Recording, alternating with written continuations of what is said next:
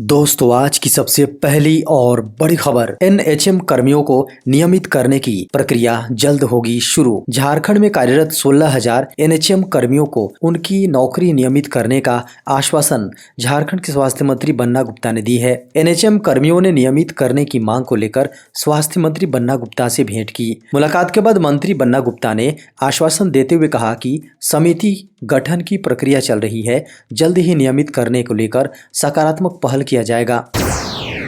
झारखंड समेत इन 3 राज्यों में तेजी से बढ़ रहा है खसरे का प्रकोप। केंद्रीय स्वास्थ्य और परिवार कल्याण मंत्रालय ने खसरे के बढ़ते मामलों के मद्देनजर अब बड़ा कदम उठाया है, जिसमें झारखंड की राजधानी रांची, अहमदाबाद और मल्लपुरम केरल में 3 उच्च स्तरीय बहुविषयक 3 सदस्यीय टीमों को तैनात करने का फैसला लिया गया है।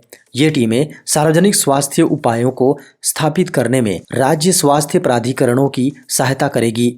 दरअसल ये बीमारी तेजी से बच्चों में फैल रही है, जिसके कारण कई बच्चों की मौत भी हो चुकी है। झारखंड के राज्यपाल रमेश बैस ने सरकार को लौटाया विधेयक। झारखंड के राज्यपाल रमेश बैस ने झारखंड उत्पाद संशोधन विधेयक 2022 को कई आपत्तियों के साथ राज्य सरकार को पुनर्विचार के लिए लौटा दिया है। राज्यपाल ने राज्य सरकार से इस विधेयक के संबंध में कई सवाल किए हैं। राज्यपाल रमेश बैस ने मुख्य रूप से विधेयक में 8 बिंदुओं पर सुधार की संभावना जताते हुए सरकार को परामर्श भी दिया है। 2 से अधिक बच्चे तो नहीं लड़ पाएंगे निकाय चुनाव। झारखंड राज्य निर्वाचन आयोग ने सभी जिलों के निर्वाचन पदाधिकारी सर डीसी को प्रत्याशियों की अयोग्यता के संबंध में तय प्रावधानों की जानकारी दी है। इसके तहत बताया गया कि 2 से अधिक संतान वाले व्यक्ति नगर पालिका के किसी पदाधिकारी का चुनाव लड़ने के लिए अयोग्य होगा। वर्ष 2022-23 के लिए लागू प्रावधानों की जानकारी देते हुए कहा गया है कि अगर प्रत्याशी के 2 से अधिक जीवित संतान है, लेकिन यह है कि इस अधिनियम के प्रवृत्त होने के 1 साल की अवधि की समाप्ति तक, या अगर किसी व्यक्ति को 2 से अधिक संतान है तो वह अयोग्य नहीं होगा। शिक्षा परियोजना का नियुक्ति विज्ञापन रद्द।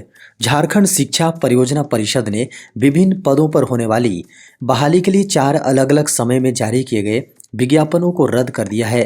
परिषद ने मंगलवार को अपरिहार्य कारण बताते हुए इन चारों विज्ञापनों को रद्द किए जाने की घोषणा की। नियुक्ति प्रक्रिया दोबारा कब शुरू होगी, इसे भी नहीं बताया गया है। परिषद ने नवंबर 21 से लेकर इस साल 25 जनवरी तक अलग अलग 4 विज्ञापन जारी कर आवेदन मांगे थे। इसके तहत 23 नवंबर को विभिन्न श्रेणी के 68 पदों के लिए आवेदन आमंत्रित किए गए थे। झारखंड में स्वास्थ्य सेवाएं बेहतर करेंगी निजी एजेंसियां। बुधवार को नेपाल हाउस सचिवालय में स्वास्थ्य विभाग और केयर इंडिया के बीच MOU हुआ। केयर इंडिया शिशु स्वास्थ्य, मातृत्व स्वास्थ्य, जनजातीय स्वास्थ्य, कुपोषण की स्थिति में सुधार, ट्रामा सेंटर और शहरी स्वास्थ्य में कमी को दूर करने के लिए काम करेगा। करार के समय राज्य के स्वास्थ्य मंत्री बन्ना गुप्ता और अपर मुख्य सचिव स्वास्थ्य सचिव अरुण कुमार सिंह भी उपस्थित थे। झारखंड में 3 डिग्री तक गिरेगा तापमान। झारखंड में अगले 2-3 दिनों में 2 से 3 डिग्री तक तापमान गिरने का अनुमान है। इसके बाद लोगों को ठंड सताने लगेगी। मौसम केंद्र ने कहा है कि झारखंड में अगले 5 दिनों तक सुबह में कोहरा या धुंध छाया रहेगा। इसके बाद दिन में आसमान साफ रहेगा, मौसम शुष्क रहेगा। इन 5 दिनों में अधिकतम तापमान में किसी बड़े बदलाव की संभावना नहीं है, लेकिन आगामी 3 दिन में न्यूनतम तापमान में 2 से 3 डिग्री तक की गिरावट दर्ज की जाएगी। कांस्टेबल की बम्पर भर्तियों के लिए शुरू हुए रजिस्ट्रेशन की प्रक्रिया। Indo Tibet border police force यानी ITBP ने कुछ समय पहले कांस्टेबल के पद पर भर्तियों के लिए विज्ञापन प्रकाशित किया था।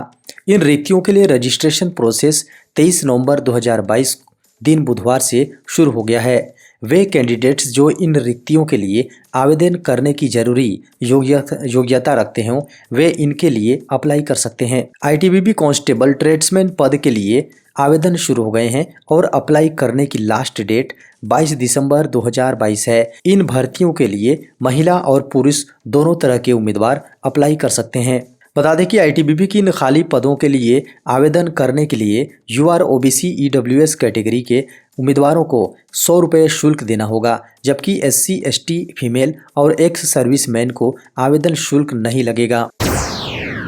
सुप्रीम कोर्ट में ऑनलाइन आरटीआई पोर्टल शुरू। सुप्रीम कोर्ट ने ऑनलाइन आरटीआई पोर्टल की शुरुआत कर दी है। यानी अब सूचना अधिकार कानून के तहत सुप्रीम कोर्ट से जानकारी पाने के लिए ऑनलाइन आवेदन कर सकते हैं।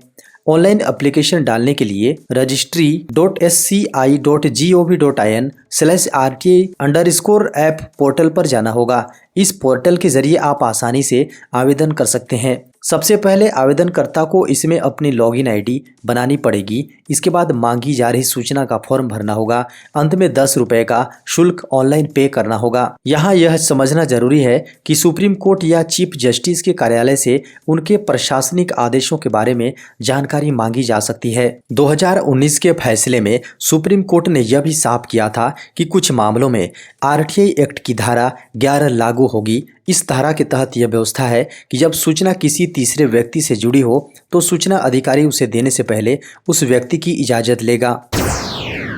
देश में बीते 24 घंटे में मिले कोरोना के 360 नए मामले। 23 नवंबर 2022 की सुबह 8 बजे केंद्रीय स्वास्थ्य एवं परिवार कल्याण मंत्रालय द्वारा जारी आंकड़ों के अनुसार पिछले 24 घंटों के दौरान देश में 360 नए मामले सामने आए।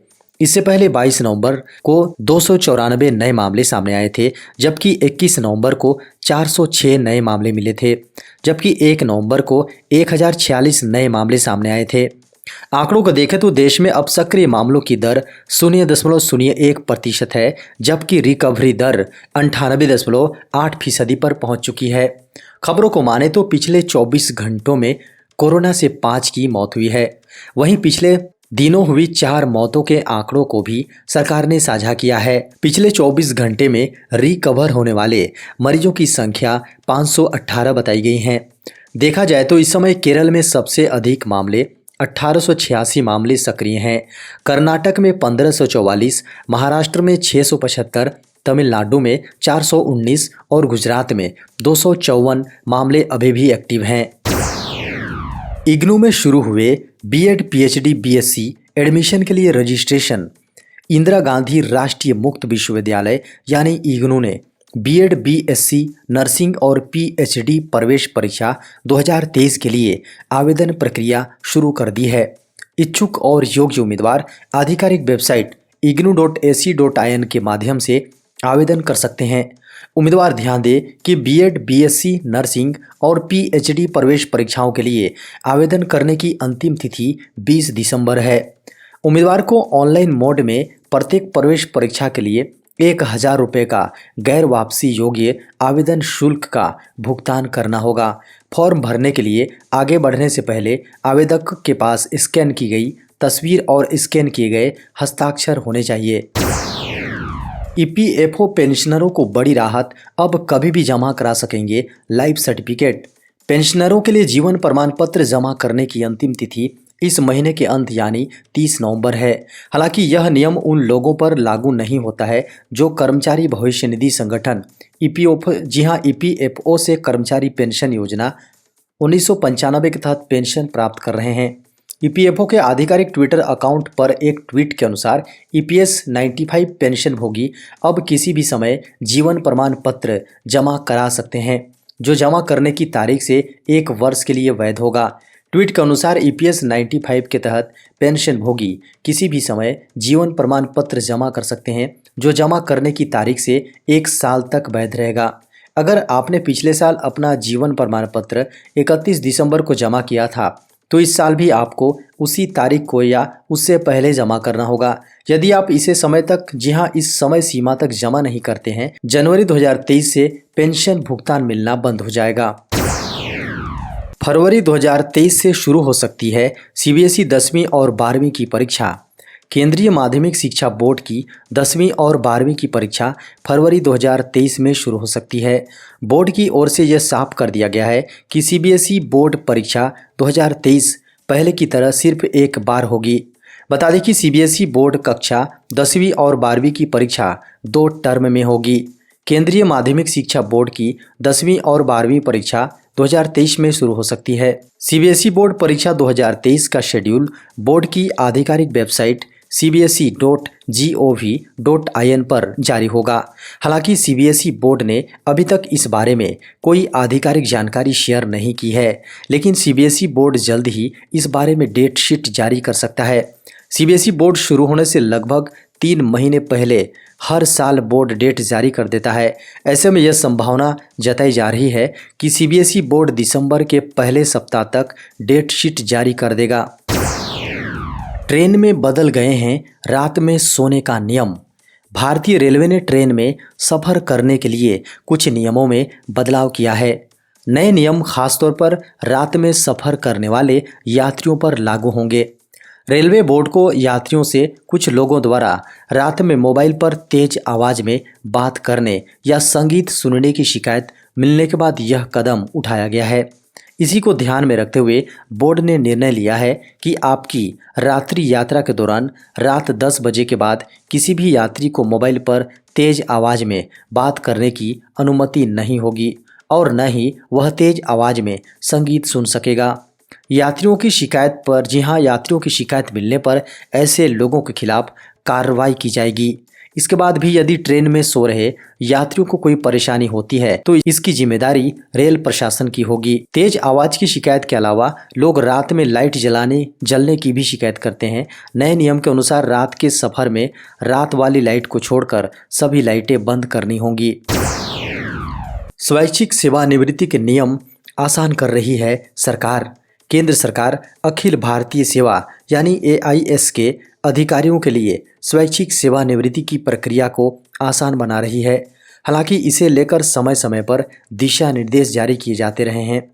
कुछ समय पहले ही जारी किए गए अपने निर्देशों में DOPT ने कहा है कि स्वैच्छिक सेवानिवृत्ति के लिए संबंधित राज्य सरकार को कम से कम 90 दिन पहले लिखित सूचना दी जाए।